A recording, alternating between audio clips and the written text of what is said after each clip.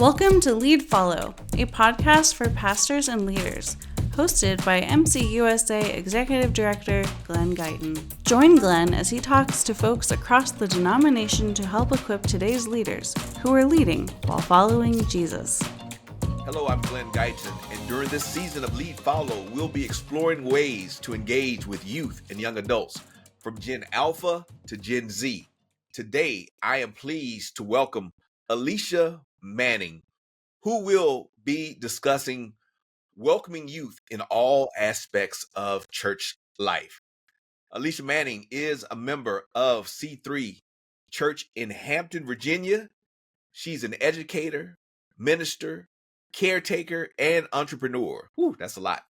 As CEO of IC Solutions, LLC, and Club Z Tutoring Services, Alicia has expertise in organizational change and development, student progress, student achievement, and family community partnerships.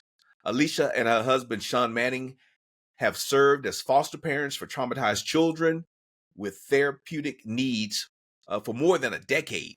She holds a master's degree in business administration and an education specialist degree. All right, Alicia, welcome. So good to have you here. Good to see you, Glenn. Good to be here with you. All right, I have a question for you. I always start off with this question with my guests. But Okay. If you could give your 13-year-old self one piece of advice, what would it be? It would definitely be to lean in to the voice of God. I think as a 13-year-old, the first few times that I recall God nudging or speaking to me, I was a little afraid and did not really know exactly what to do with that. But I think if I could go back and whisper to myself to lean in, not just to listen and be obedient, but to really listen for God, listen for opportunities where He's speaking or may be speaking, because He can talk to us in so many different facets, in so many different ways. And so as a 13-year-old, with a two-parent household that was rather strict, I came up with understanding a whole lot of the Old Testament side of God. Okay. Yeah. And so lean in. Yeah.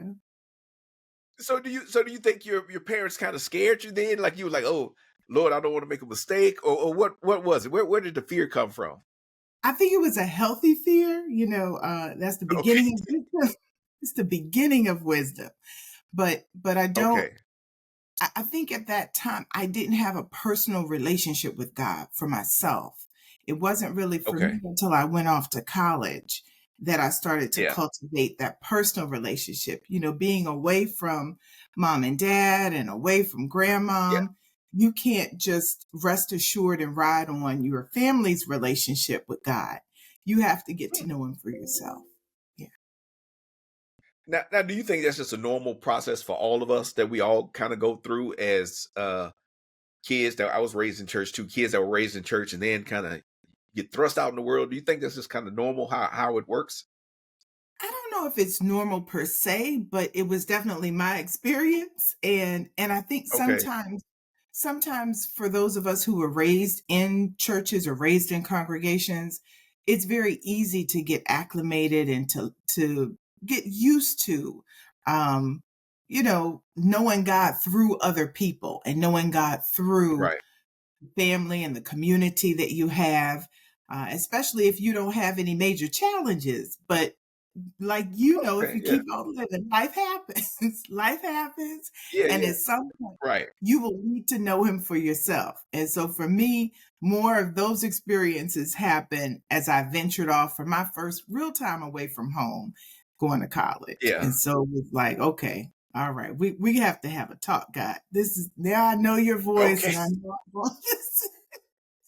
And just understanding more of the freedom in God, the freedom not just the do's and the don'ts, but the freedom that lies therein. Yeah, so you said something interesting, and I guess I'll get to my questions at some point. But you talked about like kind of being safe and not really having to go through a whole bunch of like trauma. And I remember, early on hearing people saying, "Oh, this person has a great testimony." I'm like, they done been through hell. Why is that a great testimony? I think it's a different challenge when, again, like you said, you might not have been through a whole bunch of stuff growing up because you had two parents, you had this protective environment. Your parents kind of put the boundaries there that you had to follow. But then you get out in the real world and you said, okay, there's some stuff going on now. So yeah, what do you say about that as we, for some of us that have kids and we're bringing them from this stable environment and casting them out into the world? Wow. We might not get to the other questions, Glenn. We might not get to the other questions. So I That's all think right. that I think as a parent and then coming up, being raised by um, grandmothers, I had, grandmothers, great grandmothers on both sides coming up. And so our family structure was really stable, but it was layered.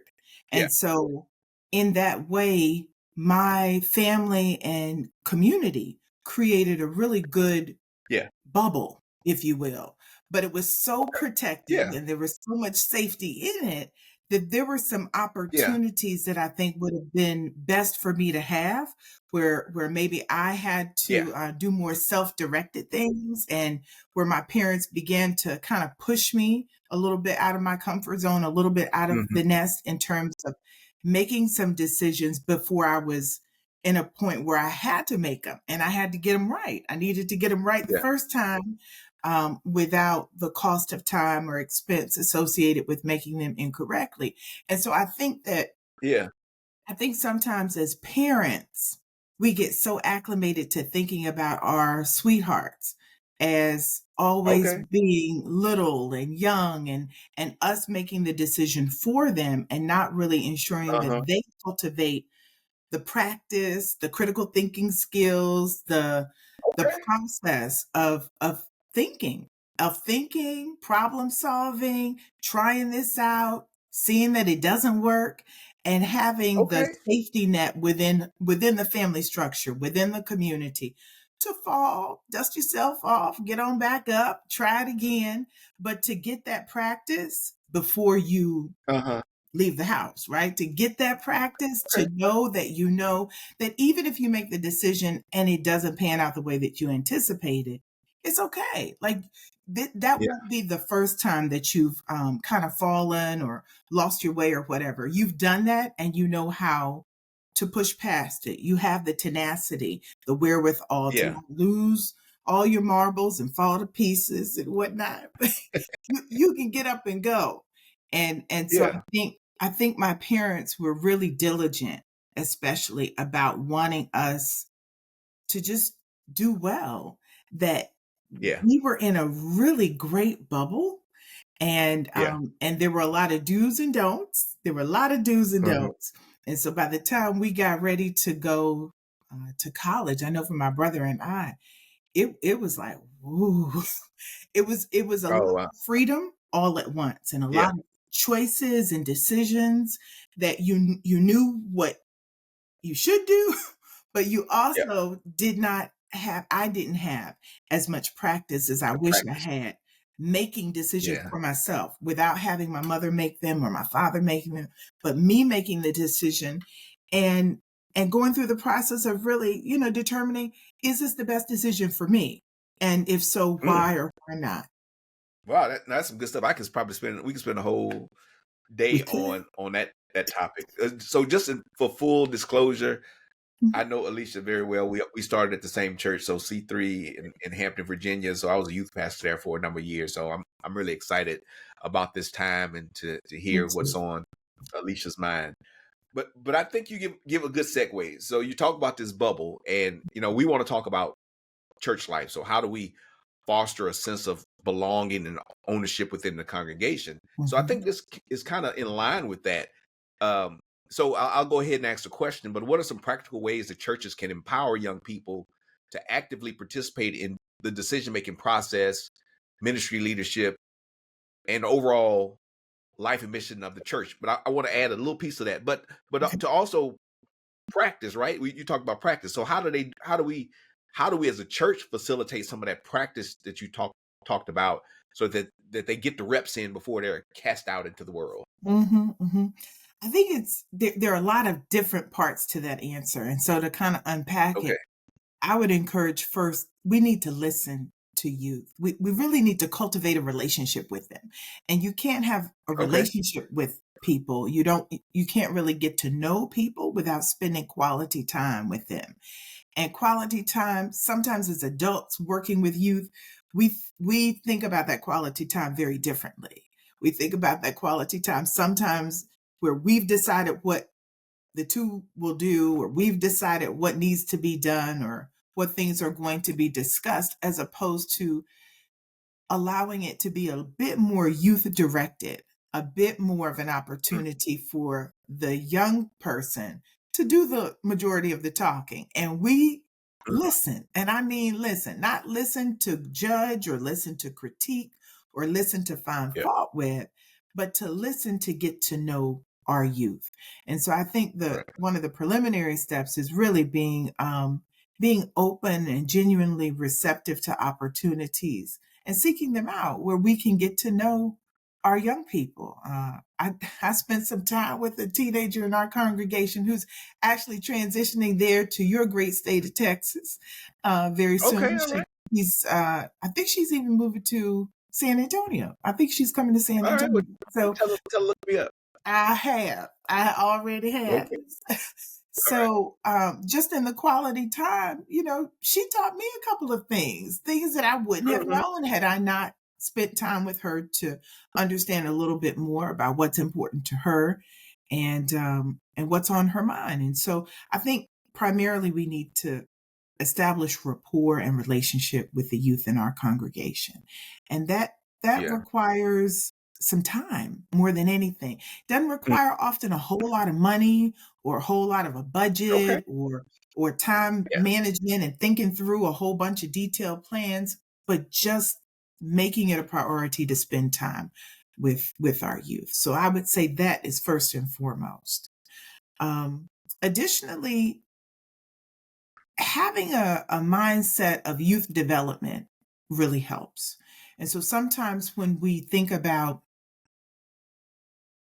planning and organizing events for the youth, as adults, Uh-huh. sometimes we can totally miss the mark in planning these things Mhm. for them, doing these things for them, and not really ever starting the conversation by asking them what would they like to do, what's important to them, and co-laboring with them, getting them involved so that it's not just an event for the youth, but it's an event that we can sponsor for the youth, by the youth, with the youth. Right. So there's a different kind With of the yeah. partnership.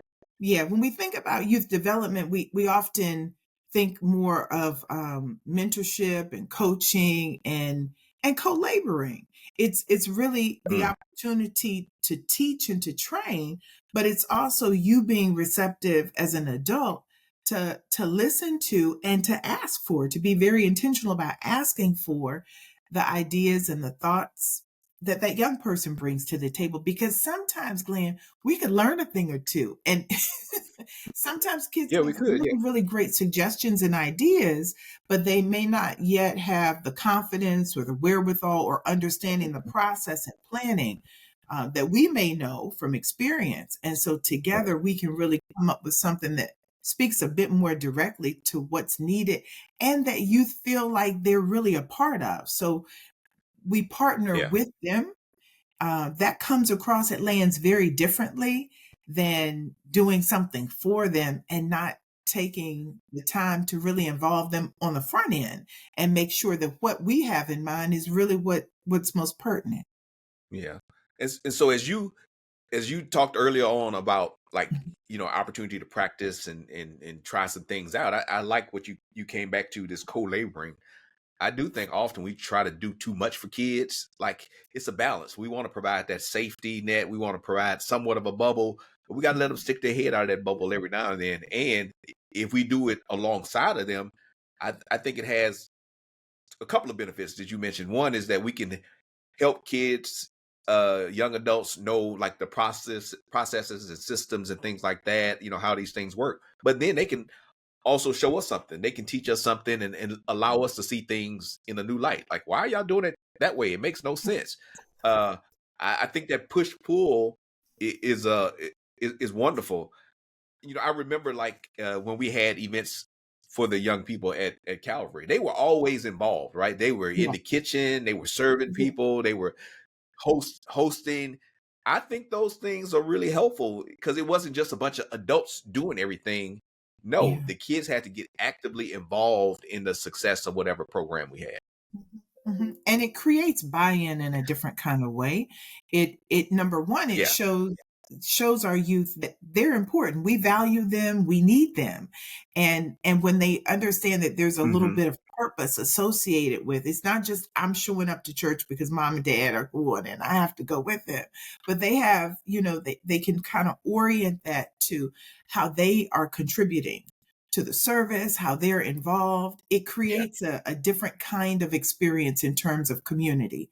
And that's really and it comes back to relationship, but that Mhm. community can minister to the hearts and minds of youth in a unique way that sometimes we don't think about, as same or as similarly as we do with like being on the pulpit and preaching. But it's still Yeah. ministry. It's still ministry. And Mhm. sometimes with young people, I think they're more receptive to that. And it allows us to see some things. Because when you're working with someone or you're traveling with, you did so many trips with our C3 youth, and they were Mhm. always eager to go, and they weren't easy trips. They wasn't all about Right. fun. Right. They were very much volunteer oriented, so that there was always some form of mission work in them. And so I think when we work with children or with youth, we get to see as adults areas where maybe we need to be more prayerful or Uh-huh. more intentional about the time we spend with them going forward. And it also helps us to recalibrate. It may be a good teachable moment in reflection for us to talk with that youth to say, well, how can we problem solve a little bit more, a little bit better, or a little bit more, a little less Mhm. emotionally, or to work through and talk about some of the emotions that came up. And so Okay. we Yeah. we can't do that if we're just sending them off to do and we're not laboring alongside them. Yeah. So, do you have any specific advice that you would give for church leaders to really listen well and to get the real opinions of the young people kind of integrated into the work that we're doing? Yeah, I do. I do. I think, and it's nothing super fancy, but I think, Okay. number one, just to be intentional about it. Sometimes when we endeavor to do something really well, we bite off way, way more than we can chew, as a Mhm. congregation or as an individual even. And so just being intentional about where we are choosing to invest our time and our energy. And then starting with that, however small it may be, but being consistent with it, being consistent with it. And in that way, a lot of times youth will see what we are doing and they will hear Mhm. what we are doing. But what often registers Mhm. with folks most memorably is, do your actions line up with what you said? And if they don't, Right. yeah, it's a missed opportunity. And so Yeah. starting small, You do a lot of harm. that's it. That's it. Starting small, but being consistent, that's super helpful. And then looking for creative partnerships, not just in the church community, but even in the area, like the town, the locale, the city, in terms of community partnerships so that you can forge a better allocation of resources and so that you can also create more layers of support for young people. I think too within the congregation it's especially helpful that we look for, and I don't know a fancy way to say this. This doesn't sound super professional, but looking for a way to flip the script. That's what I call it. Oftentimes we have Okay. negative Oftentimes we have negative narratives about young people and teenagers and looking for opportunities where we allow them to lead and to share with us more about Yeah. what they know. And I'll give you one example. There's one that I have been thinking about, and I have whispered into the ears of a few folks in our congregation about it, to hopefully see how it's going to launch. But we have a generation in many of our congregations where there's a lot of technology that our adults and our senior saints do not know how to utilize or utilize with ease, even on their cell phones. And so, increasingly, more and more Right. of what we do day to day, and even within our congregations, requires a bit more tech savviness. And so, our young people, they know. They know how to download apps. They know how to be able to send group chat messages. They know about the different emoticons. They know all of that with ease. They can do it in 5 minutes and give you your phone right back. So I think there's a teaching Hmm. opportunity for us to allow our youth to lead some of those one-on-one interactions and conversations. And many of our older congregants would appreciate that. Like they just want to learn. They want to be able Right. to take advantage of the technology that they have. And they want someone who will give them the time and the attention. And so I think it's a unique Right. opportunity waiting to happen. But in that way, by flipping the script, we are not necessarily micromanaging that as adults. We're not necessarily Hmm. telling children what to do. They already know, and to some degree better than we do. And so it's really just about creating the opportunity and encouraging them to move forward with that. Yeah, yeah, that's great. Creating those opportunities. You said looking for creative partnerships. I think one of the things that one of the mistakes that we make uh, as churches, especially if you're a small congregation, is trying to do everything yourself. You don't have to do everything yourself. You can partner with people in the community. You can provide information to young people to know where they can get plugged in. You can help parents vet different opportunities. So you don't have to do it yourself, but uh, create these partnerships. Mhm. Consistency, yes, I think is one of the things that we overlook, and so we're talking about creating this environment for welcoming youth to all aspects of church life. I mean, they listen though, right? They listen to the stuff that we don't want them to hear.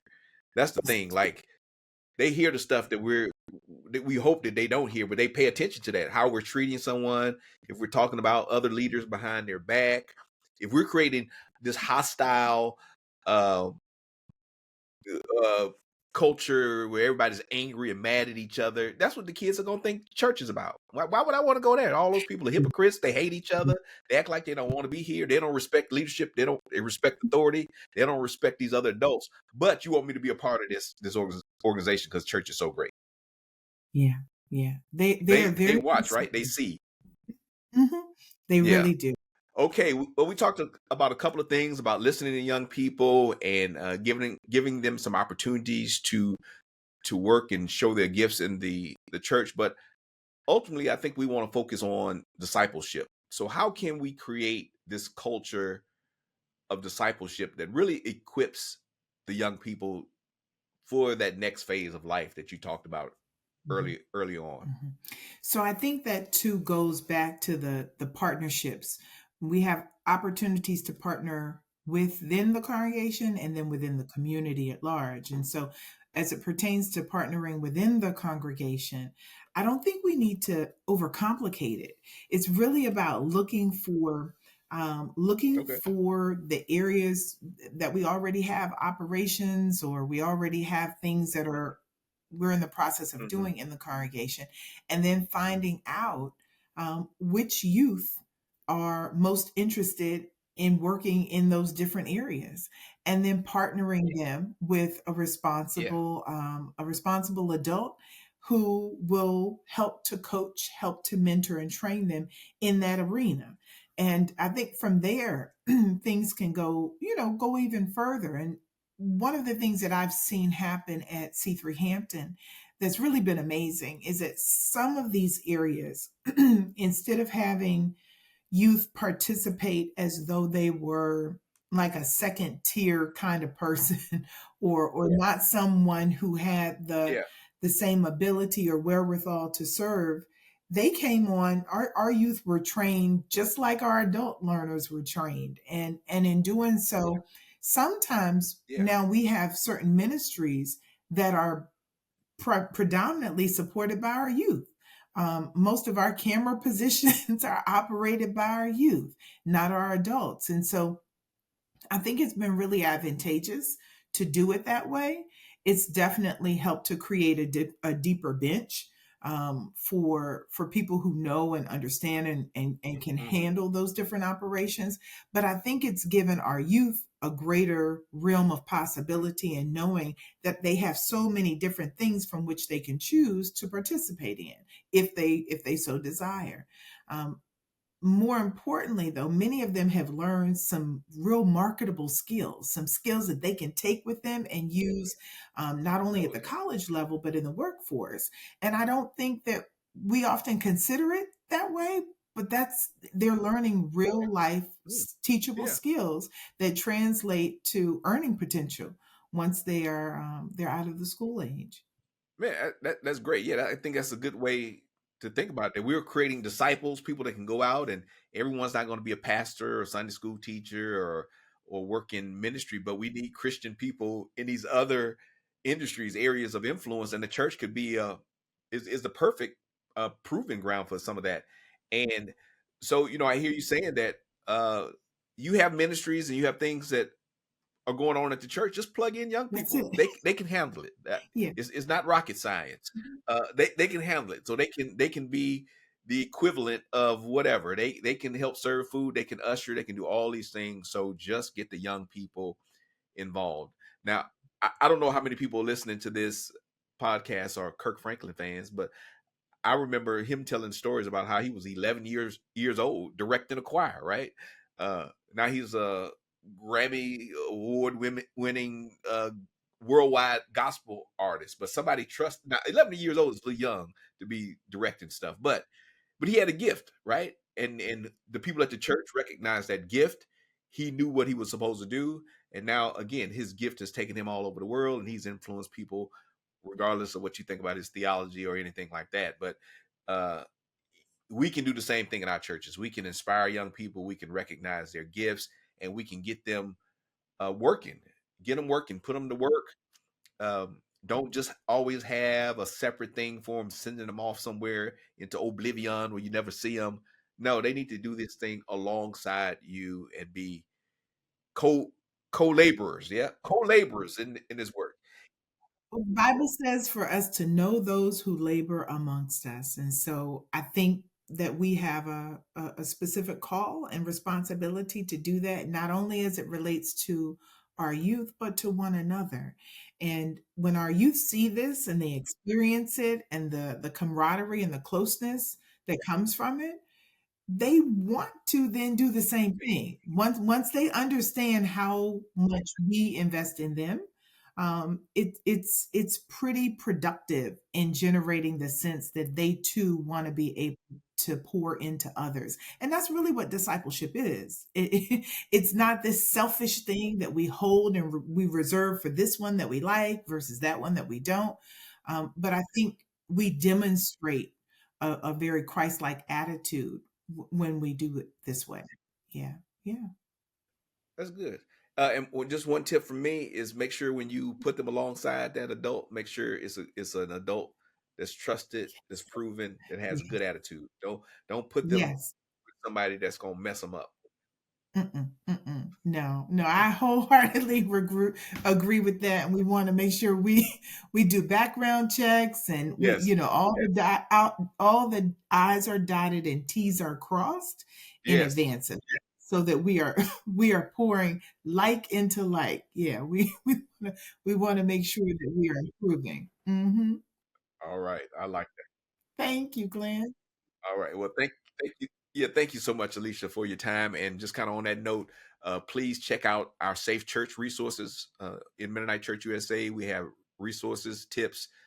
We can help you with background checks. So check those out on our website. And for the latest news and events from Mennonite Church USA, please subscribe to Peacemail, our weekly email newsletter at MennoniteUSA.org/peacemail. And we also ask that you prayerfully consider supporting the ongoing work of Mennonite Church USA, our ministries. You can go to MennoniteUSA.org/give, and we are thankful for your support and your contributions. You all have a wonderful day. This is Glenn Guyton.